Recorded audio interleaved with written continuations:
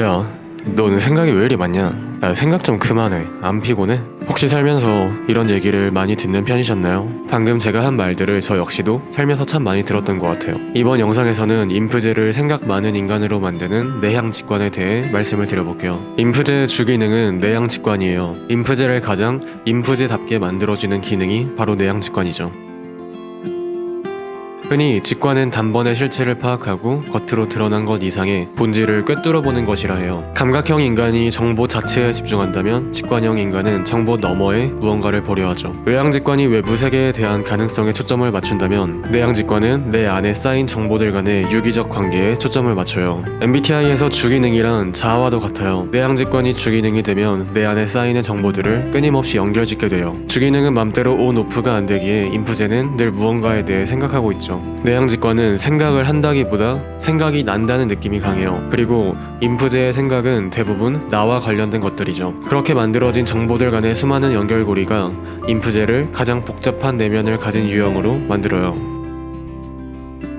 저 같은 경우 공부할 때 지식이 차곡차곡 쌓이기보다는 산발적으로 쌓인다는 느낌이 강했어요. 그래서 공부할 때 수시로 목차를 확인하며 내가 공부하고 있는 내용이 어느 부분인지 확인하는 버릇이 있었어요. 저는 학창시절 성적이 나쁘지 않았지만 배우는 속도는 남들보다 느린 편이었어요. 정보들이 정리되기까지 항상 시간이 걸렸죠. 그런데 그 정보들이 확실하게 정리만 되면 저보다 앞서갔던 친구들을 금방 추월할 수 있었어요.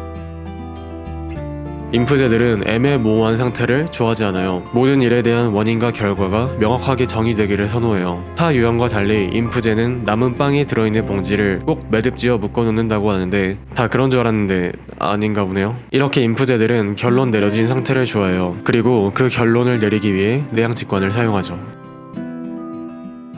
인프제는 이건 무엇이다 라고 결정짓기 위해 내향직관을 사용해요. 인프제에게 NI란 내 안에 쌓인 인풋들을 가지고 어떠한 아웃풋을 만들어내는 일종의 시스템 같은 거예요. 그래서 직관이 제대로 발달하지 못한 인프제는 쉽게 타인을 판단하고 결정지을 수 있어요. 하지만 직관을 제대로 쓸 줄 아는 인프제는 정확한 결론을 도출하기 위해 최대한 많은 정보가 쌓일 때까지 그 판단을 유보하는데 그렇게 내린 판단의 정확도는 꽤 높은 편이에요. 충분한 정보가 쌓인 상태에서 인프제가 내향직관을 사용했을 때 비로소 인프제의 예언자, 선지자적 면모가 드러나죠. 제 경험을 하나 말씀드리자면 군대에 있을 때 어떤 중대 후임 A가 있었어요. 저는 개인적으로 A를 좋아하지 않았어요. A의 행동이 마음에 들지 않았기 때문인데 중요한 건 그 행동들이 객관적인 판단을 내리기 애매한 부분이 있었다는 거예요. 하지만 저는 이러이러한 이유 때문에 A의 행동들은 충분히 문제가 된다고 본다. 계속 놔두면 중대에서 반드시 문제를 일으킬 것이다 라고 제 선임들께 얘기했어요. 그 당시 제 선임들은 제 얘기에 크게 공감하지 못했지만 결국 그 친구는 조금 더 시간이 흐르고 중대 후임들에게 찔려 전출을 가게 됐어요.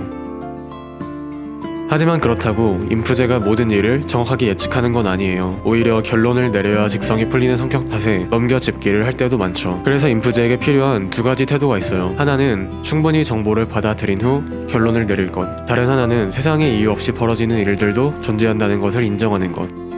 인프제는 외향 감각이 열등 기능인 덕에 본인에게 들어오는 정보들, 즉 인풋이 쌓이는 것에 대해 에너지를 아주 많이 뺏겨요. 그래서 과한 스트레스를 받으면 인프제들은 주변의 불필요한 관계를 끊어내고 신경 쓸 것들을 최대한 줄여나가는 성향이 있어요. 하지만 인풋 없는 아웃풋은 존재할 수 없어요. 충분한 정보가 쌓이지 않고 내린 결론은 오답이 될 가능성이 높죠. 따라서 인프제들은 NI를 제대로 사용하기 위해선 먼저 외향 감각을 통해 충분히 인풋이 쌓여야 한다는 걸 기억하셔야 해요. 또한 인프제들은 세상에 벌어지는 일들, 특히 타인이 내게 한 말과 행동들에 대해 의미 부여를 적당히 할 필요가 있어요. 판단하지 말고 그대로 그냥 받아들이란 거죠. 세상 모두가 인프제처럼 행동하지는 않으니까요. 제 경험을 돌아봤을 때도 그래요. 어떤 사람의 행동에 대해 의미를 부여하고 분석하고 결론 짓기 위해 노력했지만 그 행동에는 어떠한 사심도 담기지 않았을 때가 종종 있었어요. 그러니 인프제들은 세상에 벌어지는 일들, 적어도 자신에게 벌어지는 일들에 대해 그 모두를 무엇이라 결정 지으려는 강박을 어느 정도 내려놔야 한다고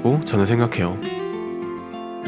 지난 영상에서도 말씀드렸듯 주기능은 본인이 가진 최대 장점이자 무기와도 같아요. MBTI의 측면에서 나답게 산다는 건 주기능을 최대한 잘 사용하는 거라고 볼 수 있죠. 인프제가 주기능 NI를 제대로 사용하기 위해서 필요한 건 두 가지예요. 하나는 충분한 SE, 다른 하나는 혼자 있는 시간. 아까도 말했지만 충분한 SE가 쌓여야 NI가 제대로 발휘될 수 있어요. 그런데 외향 감각의 세계에 있을 때는 에너지를 계속 빼앗기기 때문에 NI가 제대로 작동하지 않아요. 그래서 인프제에겐 반드시 혼자 있는 시간이 필요합니다. 필요해요. 그동안 쌓인 인풋들이 내면에 정리될 시간이 말이죠. 그리고 저는 생각을 정리하기 위해 산책과 글쓰기라는 도구를 사용하시기를 적극 권장드려요. 낯선 여행지를 걷는 건 SE의 세계에 있는 거니 당연히 여기서 말하는 산책이란 익숙한 길을 걷는 걸 말해요. 인프제들은 도저히 생각이 정리되지 않아 답답한 시간을 보낸 적이 아마 많았을 거예요. 저 역시 마찬가지지만 저는 그때마다 글쓰기와 산책을 통해 그 답답함을 해소했어요. 머리가 복잡할 때 일단 펜을 잡고 글을 쓰며 정리해보세요. 아니면 밖에 나가 익숙한 길을 걸으며 생각을 정리해보세요. 평소보다 훨씬 생각이 잘 정리됨을 느낄 수 있을 거예요.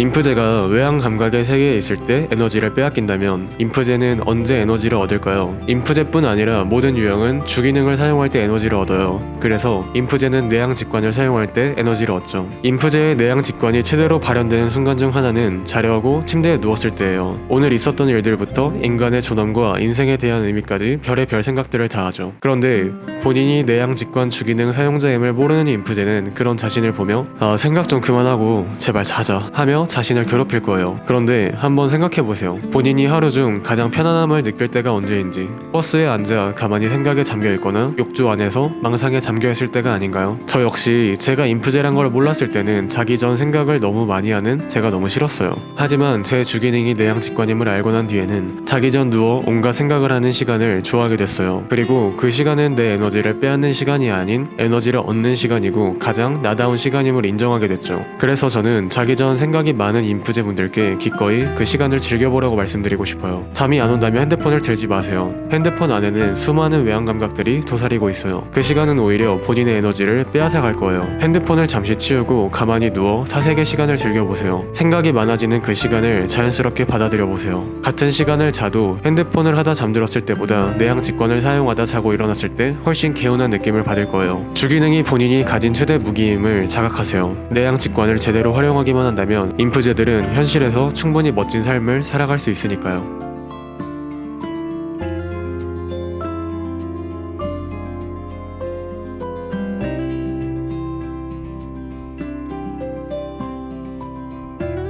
이번 영상은 여기까지예요. 그럼 저는 다음 영상에서 찾아뵙도록 할게요. 안녕.